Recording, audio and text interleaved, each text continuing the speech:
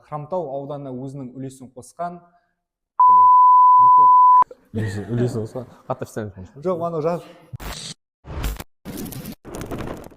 Армысыздар, құрметті көрермендер, Хромтау жастары ресурстық орталығында жаңа жоба «Жастар үні».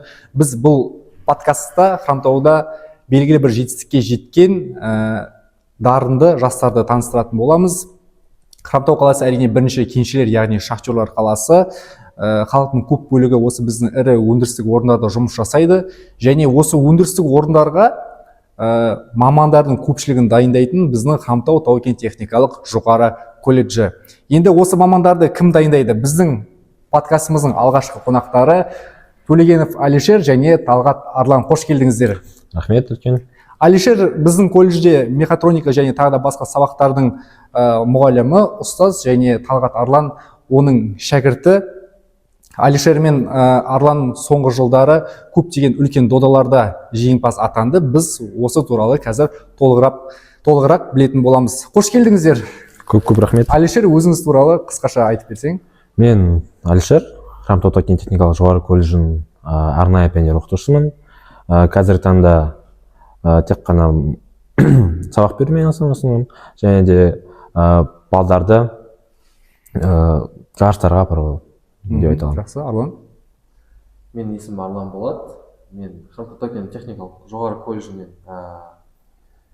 колледжін бітіріп оқуын, қазіргі таңда колледжде өндірістік бойынша балаларға сабақ беріп жатырмын, және де болашақта балаларды да дайындап жарысқа қатыстыруға себепкер боламын. Мен осы Хромтау колледжінің атынан біздер мамандық бойынша неше түрлі жарыстарға шықтық, және де региональдық және орысша айтқанда национальный түрінде жарысқа шыққанбыз. Жақсы, рахмет Арлан. Біз осы жарыстар туралы алдағы уақытта айтатын боламыз. Өздеріңізді еркін ұстаңыздар, әзілдесіп отыруға болады. Енді менің білуімше екеуіңіз де осы біздің колледжде тәлім алдыңыздар, студент болдыңыздар. Енді мен бірінші сұрағым, Алишер, сен қалай осы колледжде келдің, және сенің мамандығың қандай болды, неге осы мамандықты таңдадың? Мен негізі Мартук ауданында Саржар орта мектебінде, қазір Саржар, кезінде мен оқыған кезде Хлебодарка орта мектебі болған болатын. Сол жақта оқыдым, 9 жыл сол жақта оқып, әке-шешем сол жақта тұрды. Бірақ негізі әке-шешем осы Хромтау ауданының тумалары деп айтуға болады. Әкем Көктау ауылы, Қарабаз ауылында, ал шешем Құдықсай ауылынан. Өздері кезінде көшіп кеткен Мартук ауданында сол жақта жұмыс істеді. Ал қазіргі таңда сосын ата-әжелерім бүкіл тумаларымен осы жақта болғандықтан маған айтты, Хромтау колледжі бар, осындай. Оны бірақ айтқан маған атам болған болатын. Атам менің нағашы атам. Атам өзі электрик болған болатын. Сол электрик болғандықтан осы мамандық өлмейді, осы мамандыққа түс деп осы колледжге түсірген болатын. Сондықтан басында әрине мен ой болған жоқ, электрик боламын или мен жақсы оқимын дегенше. Просто так получилось, что он настоял на этом, так скажем, да, просто если сказать. И я не жалею, что я поступил в этот колледж. Благодаря тому, что он настоял, я сейчас сижу там, где я нахожусь. Так что я очень ему благодарен. Студент кезің сен қалай өтті? Сабақты жақсы оқыдың ба, немесе бұзық студент болдың? Студент кезім енді андай болады ғой, синдром отличника болады ғой. Мен сондай болған болатын. То есть маған бәрі точно, дәл қазір сол ситуация мен студенттермен дәл сондай. То есть бәрі точно, ровно, бәрі бірдей болу керек. То есть мен жақсы оқыдым, Қызылға бітірдім. Бірінші курстан бастап Түркияға дейін 5-ке оқып шықтым. Тамаша. Синдром отличника деп айтуға болады. Рахмет. Арлан, осы сұрақ сізге. Сұрағын қайта жүресіз бе? Колледжге қалай түстің, мамандығың қандай болды, және неліктен сол мамандық? Мен колледжге түскен, осы историясыны қысқаша айтқанда, біздің үйімізде атаммен және әкем электрик мамандығы бойынша, то есть біздің ДГОК дегендей сияқты ДГОК-тың предприятиесінде жұмыс істейді. Әкем өзі электрик болып жұмыс істеген, өзі сол мамандығын меңгерген адам. Өзім мен 9 классқа таман мен өзім ойлана бастадым, кім боламын және не істесем болады, қандай мамандыққа түссем болады. Көбінесе жас кезімде ақша жағынан ойладым, бірақ әкемнің қасында боламын деп шештім, әкемнің жолын қуамын деп. Сол себеппен біздің школда 5 гимназиясын бітіргенмін. Осы школда бізде бір мұғалім айтқан, бізде колледждің деңгейі өте жақсы екенін, және де жұмысқа кіру статистикасы үлкен. Сол себеппен мен электрик мамандығына өзіме жақын болғасын, әкем электрик болғасын, сол электрик мамандығына түстім. Және де оқу барысында мен, қалай айтсам болады, более перфекционизм сияқты. То есть более перфекционист. И за счет этого я старался больше уделять время электричеству, то есть по своему специальности, знанию. Басында менің бірінші ойларым, неге мен осы мамандыққа түстім деген ойлар кіре бастады. Сосын әрі қарай менің ойымша мұғалімдер, жақсы мұғалімдер кездестіргеннен кейін уже ойым өзгере бастады. Уже өзім қалай осы мамандыққа ғашықтығым, то есть как я сам не заметил, как я уже начал внедряться в эту же профессию. Сөйтіп өзім 4 жыл оқып, осы оқу барысында өзімді жақсы көрсетіп, қызыл дипломға бітірдім. Қазір колледжде мұғалім болып қаламын деп шештім. Тамаша. Құрметті көрермендер, алдымызда 2 қызыл диплом иегерлері. Енді қазір Алишердің алдынан көптеген осы колледждің студенттері өткен екен. Алишер мұғалім ретінде, мұғалім үшін ең басты нәрсе не ол? Студенттерді тыңдату үшін, оларға тәлім беру үшін. Өз мамандығын жақсы білу деп түсінемін. Пәніңді беретін пәнді жақсы білсең, бала сені түсінеді, будет тебя слушаться. То есть требования должны быть хорошие, преподаватель должен быть требовательным, знающим свой предмет, в моем понимании. Если эти эти качества будут у преподавателя, то его будут слушать все студенты, и можно там уже являть хороших, активных студентов, которые в дальнейшем могут участвовать там, в других соревнованиях и так далее. Жақсы, рахмет. Арлан, Алишер саған сабақ берді ма? Иә, әрине. Мұғалім ретінде қандай болды? Сен үшін қатаң ба? Оның сабағынан қашып кеттіңдер ме сіздер? Ондай жағдай болды ма? Ондай жағдайлар әрине болды. Біздер қаншалықты жақсы оқымасақ та, шамалы үйге асығу дейтін, бізде жұмыс істеу, ақша табу деген ойлар болды. Және де қалай болсам, бізде Алишер ағай көбінесе требовательный. Сабағыңды орындап, сабақта отыру керексің, және де үй жұмысы берілсе, және үй жұмысында орындау қажет. То есть баланың деңгейіне қарап, басында баланың деңгейіне қарап, шамалы даже қатты қинауға тырыспады. Сосын жаймендеп бізге уже 4-ші курс болғасын, біздер 4-ші курс мен оқуға түскеннен бастап негізі болды. Бірақ шатаспасам 2-ші курс 3 пен 4-ші курста сабақ берді. 4-ші курс аралығында бізге уже жаймендеп Алишер ағай сабақ бере бастады. Негізі сабақтар өте қызық болды. Қазір өзім мысалға бұрында біздің Амангелді Абугелев дейтін мұғалімдер кураторымыз болды, және де Талғат Саматович, Алишер ағай, сол 3 кісінің сабақтарында болғаннан кейін соларға шамалы ұқсас методикалар бойынша мен де балаларға сабақ беруге тырысамын. Мен білуімше Талғат Саматович осы соңғы жылдардағы біздің республикамыздағы үздік педагог деген номинация алды. Талғат Саматовичке сәлем, оның шәкірттерінен және біздің жастар ресурстық орталығынан. Сіздердің жауаптарыңызға рахмет. Енді біздің білгіміз келетіні, осы сіздер үлкен конкурстарға барып жатсыздар, қандай мамандық немесе дисциплина бойынша сол туралы айтып беріңізші, және неге оны таңдадыңыздар, қызығушылығы неде оның? Бастай берейін ба? Так, мен ең басында 2-ші курс оқып жүргенде мехатроника деген бізде техникалық кружок ашылған болатын. Сол кружокқа бара бастадым мен деген. Сол кезде ол скиллс деген үлкен чемпионат бар екен, ол только ашылып бастады, только движениесі біздің Қазақстанда басталып жатқан уақытта. Біздің колледжде сол кезде айтып жатты. Қызықтым, не жайлы, не ол. Сосын мехатроника деген ашылды, соған барып көрдім. Ең бірінші күн как раз посвящение студентов болып жатыр. Дискотека болу керек, емекта не болып жатыр, кружок болып жатыр. Екеуін қайсына барамын дедім да, дискотека сосын барармын дедім да, не кетіп қалдым. Кружокқа бардым. бардым, қызығушылығым ашылды. Сол жақта бізде жаңағы мехатроника деген не ол, қалай жұмыс істейді, ол қандай мен мамандығыма қандай қатысы бар екенін көрсете білді.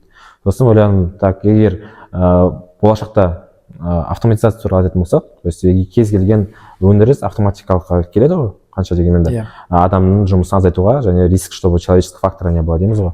Вот сол болмау үшін автоматизация келеді. Болашақ мамандығы ретінде мен өзіме қабылдадым. Сосын соны развивать ете бастадым өзім үшін. То есть мен ол жерге жарты қатысам или бір жерге барам деген ойыма барған жоқпын. Ол жерге үйренейін, өзіме мамандығыма керек деп барған болатынмын. Содан кейін барып уже маған мұғалімдер Асылбек Болатович, Владислав Вячеславович деген мұғалімдеріміз болды. Вот солар бізге түсіндірді. Осындай жарыс бар, қатысасың ба деген ұсыныс тастады. Мен енді жақсы көрейін дедім. Бірінші облыстан көрдік, облысқа қатыстық 2018 жылы. 2018 жылы біз екінші орын алып қалған болатынбыз. Уже республика қатыса алмай алдық. 2019 жылы тағы қатыстық. 2019-да бірінші орын алдық. Сосын пандемия болды, не болды. 2 жыл бойы бізде республиканский не болған жоқ. Жарыс болған жоқ, үзіліс болып қалды. 2021 жылы уже республикаға шықтық біз деген. Алматы қаласында болды бұл жылы. Пандемия болғандықтан әрбір қалаға бөліп тастады. 3-4 комитетсіне облыста, 3-4 комитетсіне облыста сияқты. Сосын сол жаққа бардым. Алматыдан біз екінші орын алдық. Бірінші орын алғандар международный барады еді. Біз екінші орын алып қалдық. Сосын тағдыр дей ма не дейді, жазда, сол жылы жазда маған хабарласты, что мехатрониканың командный конкурс, здесь программист, здесь сборщик. Мен как сборщик, я то есть полностью собираю всю станцию и подготавливаю всю систему, чтобы программист мог запустить эту систему. Так получилось, что та команда, которая заняла первое место, у них сборщик отказался от участия от международных по семейным обстоятельствам. Потом предложение поступило мне. Ну, я не стал отказываться, я поехал в город Семей. Мы в городе Семей были месяц. Этот месяц мы полностью находились там, готовились к соревнованию, к международному. И только после этого мы поехали в город, в страну Германию, Европу, на международный чемпионат. И там в городе Штутгарт это все происходило. И после этого было уже участие, мы заняли из 25 стран 10-е, если не ошибаюсь, место заняли. То есть нам не хватило 2 баллов до медальона. То есть үздік маман деген болады бізде медальон. Соған 2 балл жетпей қалды бізге. Сондықтан біз ала алмай қалдық. Бізге тілмен қиындықтар болды, шамалы қиындықтар болды, бірақ оның бәрін біз өзімізге тәжірибе ретінде алып келдік. Келесіде балдарды үйретеміз деп. Содан кейін мен өзімнің қатысушы ретінде уже нем бітті, уже мен студенттерден дей бастадым.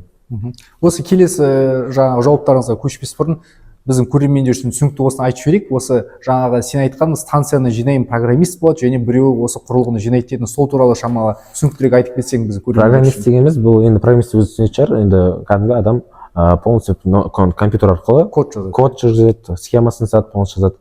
Станция дегеніміз біздің кәдімгі производство бар ғой, мысалы DOF1 алайық, мысалы біздің DOF1, сол DOF1-нің мыңдаған есе күшейтілген түрі ғой.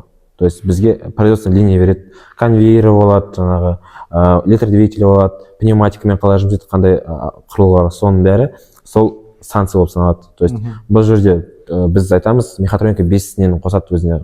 Ол программирование, пневматика, гидравлика, электрика и механика. То есть 5 направление 5 бағытта алады деуге болады. Сол 5 бағыт бәрі соның ішіне кіреді. Вот сол 2 адам.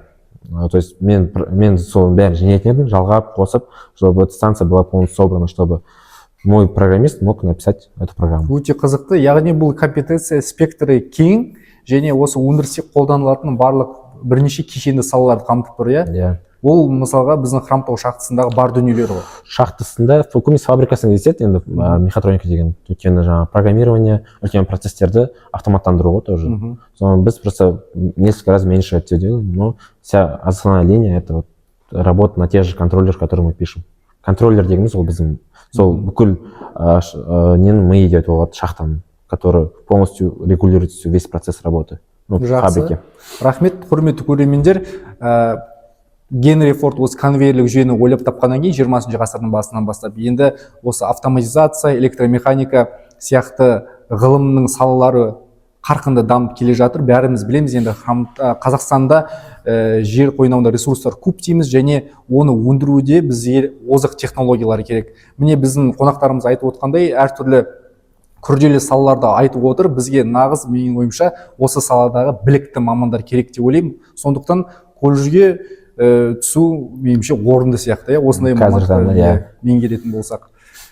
Енді ол жерде сіздер жаңағы медальонды ала алмай қалдыңыздар, одан кейін тағы да сіздер қатыстыңыз осы. Мен өзім қатысқан жоқпын, уже мен балдар дайындай бастадым. То есть балдар бізде болды, 2 студентім болды бұған дейін, Ахметқали Қайрат, Ғазиз Өркен деген, сол 2 баланы дайындадым. Олармен национальный чемпионатқа бардық, Қазақстан Республиканың чемпионатқа. Ол жақта біз 3-ші орын алдық. 3-ші орын алдық, сосын барып, неге тек қана 1-ші орын алған балдар баратын болды. То есть тоже был опыт для нас, чтобы мы опять проиграли, опять поражение, так скажем, да. Барғаннан кейін сен 1-ші орын келеді, чтобы ты дальше мог развиваться в этом плане, то есть увидел больше. Балдарға да қиындау түсті, бірақ уже орын алғаннан кейін бар, біздің бір жер қиындығы, 3-ші орын алса да уже қайтып қатыса алмайсың. То есть сен қатыссаң, басқа комитетсе, басқа құзыреттілікке қатысу керексің. Сондықтан балдар уже бұл балдармен басқа құзыреттілікке жібердім, өзім басқа балдар дайындай бастадым. Сөйтіп дайындап жатқан уақытта мен жаңа айтып кеттім, мен ағайларым болды, Асылбек Болатович, Владислав Вячеславович 2 ағайын болды, которые маған дейін мехатроникамен жұмыс істеген адамдар. Сосын так получилось, что уже мехатроникта 1 емес 3 адам болды бізде уже. Сондықтан мұғалім көп болдық, сосын маған басқа құзыреттілікті алуға ұсыныс берді. Өнеркәсіптік автоматика дейміз, то есть промышленная автоматика. Содан кейін маған промышленная автоматика берді, содан кейін бастап промышленная автоматикамен уже қатысып келеміз. 2023, 24, 25 осы 3 жылы қатарынан қатысып келе жатырмыз. 23-ші жылы Амандық Делдар деген студентімен 2-ші орын алып келдік. 24-ші жылы Балғынбек Мырзабек деген студентпен медальон алып келдік. Медальон алса, жаңа бұл қай елдерде болды? Оның бәрі Қазақстанда. Қазақстан елдерінде алып келдік. Сосын 2025 жылы, осы жылы жаңағы медальон алса айтып кетейін, егер медальон алған бала болатын болса, онда ол тағы да қатыса алады жарысқа. То есть дәл сол құзыреттілік бойынша 2-ші жыл қатысуға болады. Солай настроймен біз тағы да Балғынбек Мырзабекпен тағы да бардық жаңағы баламен. Биыл сосын 1-ші орын алып келдік, барып, енді бұйырса Шанхайда болатын жарысқа дайындалып жатырмыз, халықаралық жарысқа отбор болады, содан өтіп жатсақ, бұйырса Шанхайға барамыз деп отырмыз. Тамаша, біз сіздерді құттықтаймыз.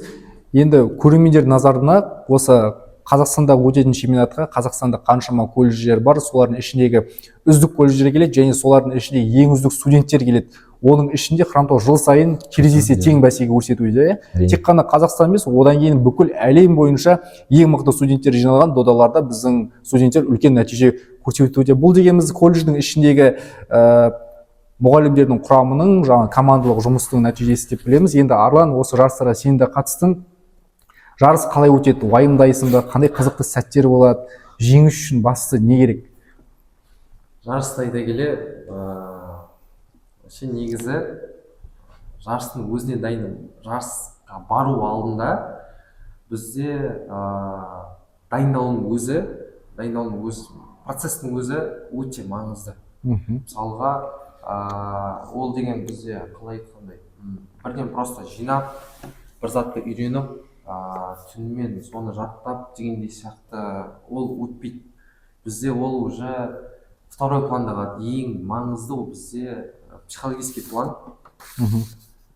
Баланың және өзінің психология қаншалықты мықты болғанына байланысты. Егер де сен қандай болса да жарыс уақытында неше түрлі ситуациялар болады. Бірдеңе сынып қалуы мүмкін жазған программын бізде де мысалға жарыста түсіндіріп кеткенде бізде монтаж, проводка және де программирование 3 модуль бар. Сол 3 модульдің ішінде неше түрлі проблемалар кездеседі. Дайындалған уақытында ол саған сезілмейді. Дайындалған барысында көрмейсің және мүмкін даже байқамайсың, олай қатты уайымдамайсың. Барған кезде ол уже атмосферасы басқа. Сен уже қобалжай бастайсың, басталмай тұрып уже қобалжай бастайсың. Неше түрлі ойлар келе бастайды. Психологически уже және де егер де психологически дайын болмасаң, сынып қалуы мүмкінсің. Сынып қалған кезде уже саған командаңда көмектеспейді. иә, это частое явление, сынып қалу мысалы. Жарыстарда өте часто көреміз оны ситуацияны. Балалар психологиялық тұрғыда дайын болмайды. Сосын барып жарысқа келген уақытта общий масштаб, қаншама адам қатысады, сондай ситуацияда балалар сынып қалуы мүмкін. Соны біз алдын алу үшін басында жұмыс істейміз, жұмыстанамыз. Яғни факторлар көп, жол бар, басқа адамдардың заттары. Климат, басқа қала, танымайсың, басқа. То есть все это влияет, еще ответственность. Ты выступаешь уже не только за колледж, ты выступаешь за область. То есть Ақтөбенің атағын алып шығу керексің ғой. Ол еще ответственность береді. Одан да бөлек уже нелер болады деген сияқты ғой. Негізі айтқанда ең тағы да бір маңызды жарысқа барар алдында маңызды нәрседен ол бізде командная подготовка. То есть мысалға кейбір компетенция деп айтқанда кейбір компетенцияларда мысалы бізде қандай командная работа бар. Мысалы бір адам сені дайындайды, қасында жүрген адам дайындайды, және де сол сені психологически дайындау мүмкін. Қалған балдар, бізде волонтерлар бар, одан басқа бізде компетитор, то есть Талғат Саматович мысалы как главный эксперт ретінде осы жылы барды республикаға. Қасымызда Михаил Репниновтың бала болды, және ол то есть маған дайындауға көмектесті, өзінің Компатриот, да? Иә, компатриот ретінде келді. Ол маған көбінесе дайындық барысында қандай қалай айтсам болады, жарыста программа жазған кезінде көп түсініспеушіліктер болады. Мысалға программаның алгоритмі жазылып тұрады, соны әр адам әртүрлі информацияны қабылдайды. И осы кез ең маңызды ключевой момент деп айтуға болады. Себебі егер де сіз дұрыс түсінбей қалсан алгоритмді, сен программаны басқаша жазып кетесің. Программа басқаша жазылса, ол уже автоматически саналмайды, критерийге жатпайды, және де ол үшін бала алмайсың. Сол моменттермен уже компатриотпен жұмыс істейсің, және де волонтерлар көбінесе жарысқа заттар дайындауға көмектеседі. Инструмент, неше түрлі расходниктер болады. Иә, волонтерлар егер бізде жағдай болып қалса, мысалы аварийный ситуация болып қалады, ситуация, когда нужно найти что-то, сломалось оборудование, сынып қалады, мысалы сен шу поверхность сынып қалады, электроабонент сынып қалады, соны тез арада тауып алу керек. Сол кезде волонтерлар жұмсап жібереміз. Біз өйткені эксперт болсын, қатысушы болсын, уже площадкадан шыға алмаймыз. Соның үшін алаңда жүреміз, ал волонтерларды жұмсап жібере аламыз. Сен волонтер апармасаң, сен кімді жібересің? Ешкім жібере алмайсың, дымсыз қаласың. Это тоже влияет. Иә, бұл енді командалық жұмыстың маңызы. Мен мысалға сіздердің айтып отқан салаңыз бойынша шынымды айтсам хабарым аз, иә. Бірақ мен ойлаймын, сіздерді көріп отқан мектеп оқушылары бәлкім таңғалып отырған шығар, бәлкім осындай бізде болашақта барармыз. Мысалы сіздер ойлаған жоқсыздар, осындай шетел мемлекеттерін көреміз, еліміздің туын жаңағы қорғаймыз, намысын деген сияқты. Шетел мемлекет дегенде біз енді былай айта кеткенде, бұдан бөлек жаңағы біз тәжірибе алмасуға барамыз ғой елдерге. Осы World Skills'ке байланысты, осы колледждің арқасында біз өзім мұғалім ретінде уже Қытайға барып келдім осы жақында. Оның алдында Германияға, Францияға барып келген болатынбыз. Мысалға, оның бәрі тәжірибе алмасу болып саналады. И тоже больше опыт для нас, чтобы мы могли эти страны видеть. Мысалы, Европаны мақтаймыз, бірақ Қытайда қандай екенін білмейміз. Қытайда уровень вообще басқа болды. Мысалы, маған қайсысы больше ұнады десе, егер салыстыратын болсақ, хотя салыстыруға болмайды да шығар, бірақ Қытайдың именно автоматизация, роботизирование деген жағына алдыға бірнеше қадам алға айтып қалған байқадым. То есть они не в 2026 году, они в 2036 году кого-то живут. То есть настолько они впереди, и ты думаешь, блин, вот это можно использовать, вот это можно принести сюда и воплотить в жизнь, потому что это реально. Люди же это делают, значит, у нас это можно сделать деген сияқты. Дәл сол ситуацияны сен балдарға келетесің. Балдардың көздері жанады деген сияқты. И соны алып кете бересің әрі қарай. Сіздің әңгімелеріңізге қарасам, шынымен ұрпақ аралық сабақтастық жұмыс істеп тұрған сияқты. Сіз басқа мұғалімдерден тәжірибе, білім алдыңыздар, басқа студенттер, одан жоғары студенттерден үйренген сияқты. Енді менің үмітім, барша қазақстандықтардың үміті, сіздер осындай үлкен тәжірибе алып келгеннен кейін басқаларға оған дарыту, үйрету және өндіріске енгізу. Жаңағы бізде де сондай әркелкіленген, диверсификацияланған экономика орын алғанын қалаймыз. Енді жалпы сұрақтарға көшейік. Жастарға кеңес бойынша сіздердің ойларыңызша Хромтау жастары қазір қандай білімге, ғылымға құштарлығы, колледж туралы олар біле бере ме екен? Колледж айта кеткенде, енді колледжі көбінесе өкінішке орай андай общее мышление алып қойған ғой. Стереотип. Лицей, фазанка, тағы да бір птл деп айтады, иә. Сол общее мышление қалып қойған. И қазірде біз сонымен жұмыс істеп жатырмыз да, жұмыстанып жатырмыз, өйткені деген бүкіл школдың бәрін экскурсияға неге алып келеміз постоянно, өйткені ол колледж қандай екен көрсін. Көбісі білмей кетеді колледж, бізде осындай колледж бар екен. Көбісі осыны блин, бізде оказывается бар екен ғой деп, мәз таң қалатын балдар болады. Осындай бар екен, мен осы жаққа оқуға түсемін, мен хочу попробовать себя деп ше. И соның арқасында, мысалы, мен ойлаймын, что жастар қазірде уже жоғары оқу орны әрине керек, бірақ егер сен Хромтауда қалатын болсаң, егер Хромтауда дәл әрі қарай развивать ететін болса, біздің колледж өте жақсы трамплин, жақсы база деп, кузница кадров дейміз ғой, өте жақсы база деп ойлаймын, өйткені біздің колледж дәл сол осы Хромтау қаласына не керек, қандай маман керек, кез келген маманды дайындаймыз біздің колледжде. Сондықтан сөйтіп ойлаймын да өзім. Негізі шынымен де трамплин жайлы келсем, себебі түскен кезде колледжде бізде мен өзім өз басымнан өткен дос кейбір жолдас балдар неге мысалы колледжге түссін дегендей сұрақтар қоя бастады. Неге қалаға түскен жоқсың, неге 11 бітірген жоқсың, деген сұрақтар келе бастады.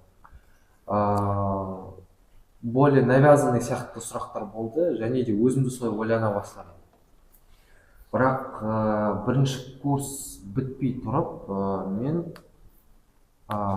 бірінші курстың аяғына дейін уже бірнеше жетістіктер көп шықтым. Көп нәрсе көзім көп нәрсеге ашыла бастады. Бізде осы WorldSkills бойынша одан да көп неше түрлі салалар бар бізде. CCR мысалы да, как профессионал ретінде или специалист ретінде болашақта дамуға болады біздің колледжде. База бізде менің ойымша негізі ең мықты деп ойлаймын. Және де предпринимательские решения, BTS Camp. Да, бізде тек қана шахта тек қана не деген сөз емес, бізде әртүрлі жаққа бөлінеміз. Мысалы, бізде деген балдар предпринимательствомен айналысамыз десе, предпринимательство, пожалуйста, дебат десе, дебат, пожалуйста. Бізде өте көп клубтар бар. Балдар тек қана өздерінің желаниесі болса. Даже бізде мобилография, видеопроизводство деген үлкен құзыреттіліктер бар. Осыны балада өзінде сондай навык болса, соны алып кете алатындай, әрі қарай жалғастыратындай. Дрон ұшыру бар, дрон бар, өте көп айта кететін болсақ, автомобильный, пауэрлар бар, тағы не бар бізде? Көп әйтеуір. Мехатроника енді основной, енді біз основной айтатынымыз жаңағы электромонтаж, өндірістік автоматика, мехатроника дейміз, дронды айтамыз жаңағы. Автомобильный, не береді, ұмытта қалдық, көп әйтеуір. Осы облыста енді бізде жаңа чемпионат болды, областной. Біз областной чемпионаттың өзінде біз 17 құзыреттіліктен қатысамыз. То есть бізде біз өзіміз республика бойынша 7-6 құзыретке қатысатын болсақ, ал облыс бойынша 17 құзыретке қатысамыз салашы. То есть облыста болатындар бар, республикада жоқ құзыреттіліктер бар, сонымен келтіріп 17-20 құзыретке қатысамыз. Тек қана біздің бір колледж. Жақсы көрсеткіш деп ойлаймын. Енді 2025 жылы біздің мемлекет арнайы жұмысшылар жылы деп таныды. Менің ойымша ол босқа емес, яғни мемлекетке осы мамандықтар керек және ол сұраныста. Оның үстіне біз бәріміз білеміз, осы Хромтаудағы ірі өнеркәсіп орындарына бүкіл Қазақстаннан келіп, жұмысшылар келіп жұмыс істейді, жұмыс іздейді. Ал бізде осы колледж осы салаға арналған ең мықты, міне өзіміз көріп отқандай мықты мамандарды дайындайды екен. Енді подкастымызды қорытындылай келе, сіздердің өздеріңіздің жастарға деген тілектеріңіз болса, немесе өздеріңіз бір айтқыларың келген бір соңғы сөз болса. Жассың ғой. Жастарға негізі жас балдарға мен ең басты қалай айтсам болады, совет дегенде ештеңеден қорықпау, өз-өзін зерттеу және де болашақ маман болуға айтсам болады. Желаю, чтобы вы стали более специализированными будущими профессиями, то есть никогда не бойтесь что-либо изучать, және де біздің колледжге келіңіздер, көп зат үйренесіздер, көп зат көресіздер, сенбесеңіз келіңіздер, көресіздер дегендей сияқты. Иә, енді айта кететін болсақ, қазіргі таңда мұғалім ретінде әрине очень важно для вас это знание. То есть пробуйте себя во всем, пробуйте, не бойтесь, не останавливайтесь только на одном. идите дальше, развивайтесь, читайте книги, смотрите разные подкасты, изучайте. Потому что сейчас, чем больше ты знаешь, тем больше у тебя возможностей. Изучайте языки, очень важные языки. Өзіміздің басымыздан өтті. Біз Қытайға бардық, Қытайда қытайша білмейміз. Еуропаға бардық, Еуропада ағылшынмен шамен қиналасың. Сондай заттарда түсінесің. Тек қана Қазақстан, тек қана Хромтау емес, сен кругозорың үлкейеді. То есть сен уже білесің, что басқа жерде де өсетін жағдай бар. Сондықтан қазір мысалы көріңдер, қараңдар, развивайтесь и изучайте много чего. Вот что бы я хотел сказать. Рахмет, шынымен мардымды жақсы тілектер мен ойлар. Яғни жастар үшін даму үшін барлық мүмкіндіктер бар деген сөз, ешқандай шектеу жоқ. Дамыңыздар, оқыңыздар. Енді Хромтауда 30 мыңға жуық адамдар тұрады. Оның ішінде 13 мыңға жуығы ол жастар санаты дейміз, 14-тен 35-ке жас аралығындағы азаматтар. Енді менің өзімнің бақылауым бойынша осы көптеген жылдар бойы Хромтау өзі кішкентай ғана моноқала болса да, мемлекеттік деңгейде болсын, одан үлкен деңгейде болсын, әйтеуір біз әрбір салада сондай көрсеткіштер, спорт, мәдениет, білім саласы болсын, бір көрсеткіш көрсетіп жатады екенбіз. Сондықтан меніңше осы жастар үні подкастын шығарудың орны бар. Біз осы подкаст арқылы әртүрлі саладағы жетістікке жеткен жастарды көрсетеміз. Ал құрметті көрермендер, сіздер өздеріңіз жазып кетіңіздер, кімді келесі бөлімдерге шақырайық, кімді көргілерің келеді. Мен сіздерге үлкен алғысым білдіремін және шығармашылық табыс тілеймін. Рахмет, сау болыңыздар. Рахмет сізге. Сау болыңыз. Үсіп қалдық қой. Дірілдеп отырмын, уже сөйлей алмай тұрмын.